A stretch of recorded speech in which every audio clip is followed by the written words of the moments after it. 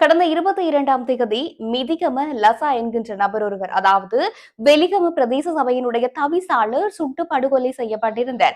அதுவும் அவருடைய பிரதேச சபைக்குள்ள இருக்கின்ற அவருடைய அந்த தவிசாளர் கதிரையிலே அவர் அமர்ந்திருக்கின்ற பொழுதுதான் அந்த துப்பாக்கிச் சூட்டு சம்பவம் நடந்திருந்தது. இந்த துப்பாக்கிச் சூட்டு சம்பவத்தின் பின்னணி என்னவா இருக்கும், இந்த துப்பாக்கிச் சூட்டு சம்பவத்தை நிகழ்த்தியவர்கள் யாரா இருக்கும் என்று சொல்லி போலீசார் தீவிரமான விசாரணைகளை முன்னெடுத்ததுல இப்ப அந்த நபர்கள் யார் என்று சொல்லி அடையாளம் காணப்பட்டு விட்டாச்சுது. அது தொடர்பாக இன்றைக்கு நாங்கள் விரிவா இந்த காணொளியில கதைக்க போறோம்.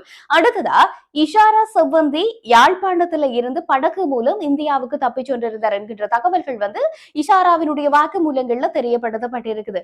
அப்படி அந்த நபர்கள் யார் என்று சொல்லி அவர் அடையாளம் காட்டியிருக்கிறார். இன்றைய தினம் கூட யாழ்ப்பாணத்துல ஒரு கைது நடவடிக்கை நடந்திருக்குது. அதை பற்றியும் நாங்கள் பார்க்க இருக்கிறோம். பாதாள உலக குழுவை சேர்ந்த கெகல் பத்தர பத்மே இவருக்கும் இலங்கையில இருக்கக்கூடிய பிரபலமான இந்த மாடல் அழகிகளுக்கும் சம்பந்தம் இருக்குது. அதோட இலங்கையில இருக்கின்ற பிரபலமான ஒரு மாடல் அழகி ஒருவர் தன்னுடைய காதலனோட நெருக்கமாயிருந்த காணொலியை கெகல் பத்தரவுக்கு அனுப்பி இருக்கிறார். என்ன பின்னணி, ஏன் அனுப்பணும் அப்படி என்று சொல்லி முழு விவரங்களையும் இன்றைக்கு இந்த காணொலியில நாங்கள் தெளிவா கதைக்க போறோம்.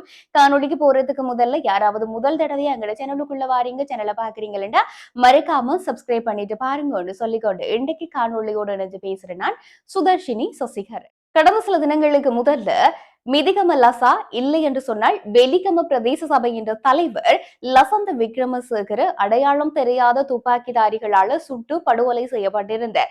அதுவும் அவர் வெலிகம பிரதேச சபையினுடைய தவிசாளர், ஐக்கிய மக்கள் சக்தியினை சேர்ந்தவர். இப்படி அறிக்கைக்குள்ள அந்த தவிசாளருக்குரிய கதிரையில அவர் அன்றைய தினம் அமர்ந்திருக்கைக்குள்ள அன்றைய தினம் பொதுமக்கள் எல்லாம் அவரை பார்க்கிறதுக்காக அந்த அன்றைய நாள் பொதுமக்கள் அவரை சந்தித்து உரையாடுவதற்கான ஒரு பொது நாளாக இருந்ததுனால பொதுமக்கள் அவரை சந்திச்சு கொண்டிருந்தவர்.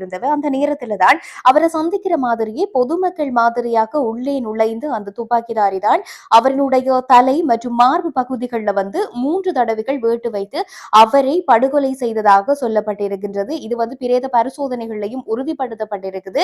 அவர் இந்த மார்பகத்துல சுட்டு அந்த துப்பாக்கி சூடு உள்ள இறங்கினதாலதான் அவர் உயிரிழந்திருக்கிறார் என்று சொல்லியும் உறுதிப்படுத்தப்பட்டிருக்குது. இப்ப இது தொடர்பாக பல கோணங்களையும் போலீசார் விசாரணைகளை தீவிரப்படுத்தி இருக்கிற நிலையில இந்த படுகொலை சம்பவத்துக்கு பிறகு ஏதாவது ஒரு பாதாள உலக குழு சம்பந்தப்பட்டிருக்கும் என்ற கோணத்துல விசாரணைகள் ஆரம்பிக்கப்பட்டிருந்தது. இப்ப இந்த ஒரு துப்பாக்கி சூட்டு சம்பவத்தை நிகழ்த்தின அந்த நபர் யார் என்று சொன்னால் அந்த நபர் ராணுவத்துல இருந்து தப்பி ஓடின ஒருவர் என்று சொல்லப்படுகின்றது. அதாவது ராணுவத்துல இணைஞ்சு பணியாற்றி கொண்டிருந்து அதுக்கு பிறகு ராணுவத்துல இருந்து தப்பி ஓடி இருக்கின்ற ஒரு சாதாரண சிப்பாய் ஒருவர்.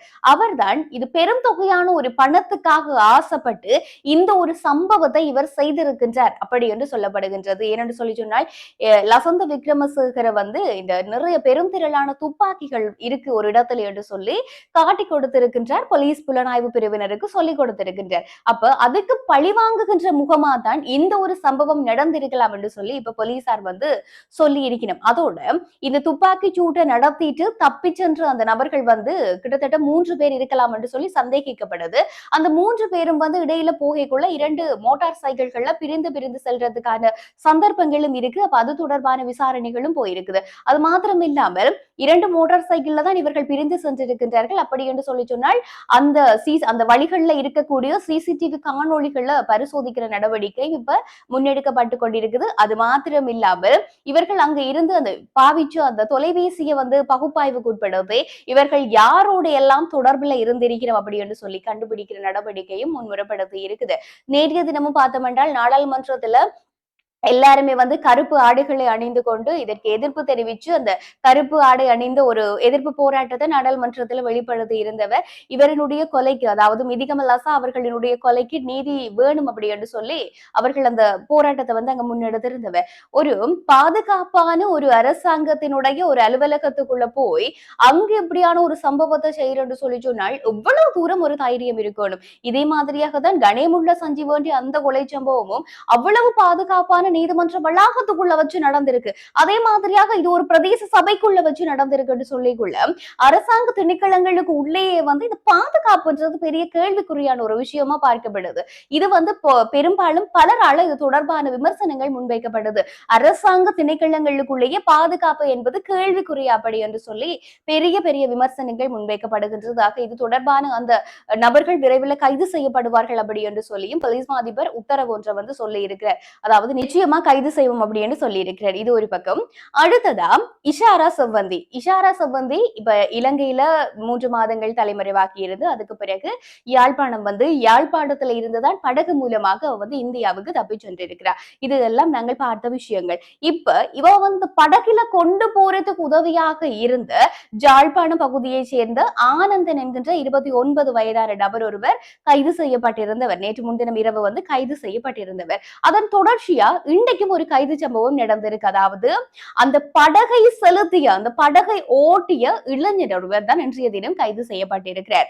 அதாவது இஷாரா செவ்வந்திக்காக படகு ஓட்டிய அந்த யாழ்ப்பாண தமிழன் என்று சொல்லினோம். அதோடு இஷாரா செவ்வந்தியை இங்கே இருந்து இந்தியாவுக்கு தப்பி செல்றதுக்கு அனுப்பப்பட்ட அந்த படகும் இன்றைய தினம் போலீசாரால கைப்பற்றப்பட்டிருக்கிறது. அவதானிக்கக்கூடிய மாதிரியாகவும் இருக்குது. யாழ்ப்பாண தமிழர்களுக்கு எவ்வளவு விதமான ஒரு சிறப்பு இருக்கு. ஆனா இஷாரா செவ்வந்திக்காக படகோட்டிய யாழ்ப்பாண தமிழன் என்று சொல்லி இப்போ ஒரு வேடிக்கையான பேஜும் போறத பார்க்கக்கூடிய மாதிரி இருக்குது. உண்மையில இதை நினைச்சு எவ்வளவு தூரம் துக்கப்படுற என்று சொல்லி தெரியல.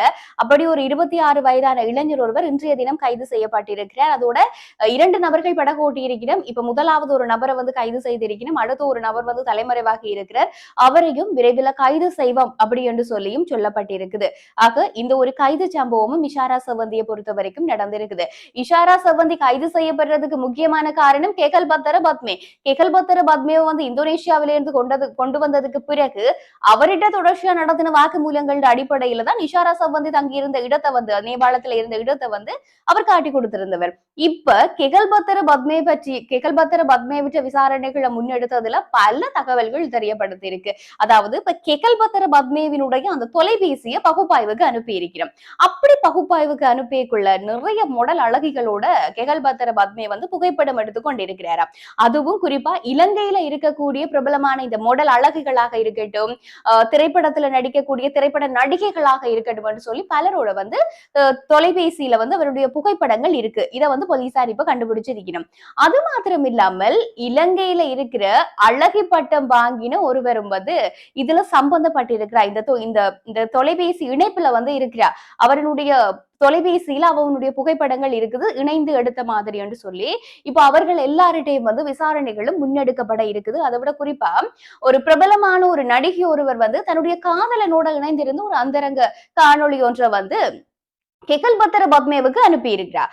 அப்படி கெகல்பத்தர பத்மேவுக்கு அந்த ஒரு காதலனோட இணைந்திருக்கக்கூடிய காணொலியை அனுப்ப வேண்டிய தேவை என்னன்னு சொல்லியும் இப்ப போலீசார் விசாரணைகளை தீவிரப்படுத்தி இருக்கிறமாக அவர்களிடையும் இப்ப அடுத்தடுத்து இந்த விசாரணைகள்ன்றது நடைபெறதுக்கு காத்திருக்குது. இது ஒரு முக்கியமான சம்பவம். இதை விட என்னன்னு சொன்னா உங்க எல்லாருக்கும் தெரியும், இப்ப பிரபலமான ஒரு தென்னிலங்கையை பொறுத்த வரைக்கும் பிரபலமான ஒரு தொழிலதிபரும் அதை விட ஒரு நடிகையுமா இருக்கக்கூடிய பியூமி ஹன்சமாலியிட்டு சிஐடியினர் விசாரணைகளை மேற்கொள்ளக்குள்ள அவகிட்ட இருந்து பெறப்பட்ட வாக்குமூலங்கள் அடிப்படையில் அவ என்ன சொல்லி இருக்கிறாண்டா, தான் துபாய்க்கு ஒரு நிகழ்வு ஒன்றுக்காக சென்றிருந்த சமயத்துல கெகல்பத்தர பத்மேவை அங்க சந்திச்சிருந்தான். அவர் என்னிட கேட்டவர் அழகாவும் வெள்ளையாவும் எப்படி வாரன்னு சொல்லி. அப்ப அதுக்கு நான் சொல்லி இருந்தேன், என்னுடைய தயாரிப்புகள் என்னோட கிரீம்ஸை நீங்க பாவிச்சு கொள்ளுங்க, அப்ப வெள்ளையா வருவீங்களே. இப்ப அவரை பாக்கக்குள்ள வெள்ளையா வந்திருக்கிறார். ஒருவேளை அவரோட கிரீம்ஸை யூஸ் பண்ணி இருக்கிறாரோ எனக்கு தெரியல. ஆனா இதற்கும் எனக்கும் எந்த விதமான ஒரு சம்பந்தமும் இல்லை என்று அவ வாக்குமூலம் வழங்கி இருக்கிறதாவும் சொல்லி இருக்கிறார். அதோட தனக்கு பாதாள உலக குழுவிட்ட இருந்தோ இல்லை என்று சொன்னா கருப்பு பணமோ தனக்கு போதைப் பொருள் வியாபாரத்துல வர பணங்களோ தேவையில்லை.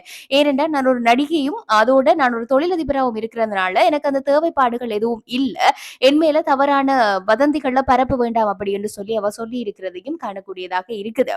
ஆக இனி தொடர்ந்து விசாரணைகள் நடக்கக்குள்ளதான் தெரியும் என்னென்ன சம்பவம் எல்லாம் இனி நிகழ காத்திருக்கு அப்படி என்று சொல்லி இன்றைக்கு நாங்கள் இந்த காணொலியில இது சம்பந்தமான விஷயங்கள்ல தான் பார்த்திருக்கிறோம். இது மாதிரி இன்னும் ஒரு காணொலியில சந்திச்சு பேசிக் கொள்வோம். நன்றி உறவுகளே.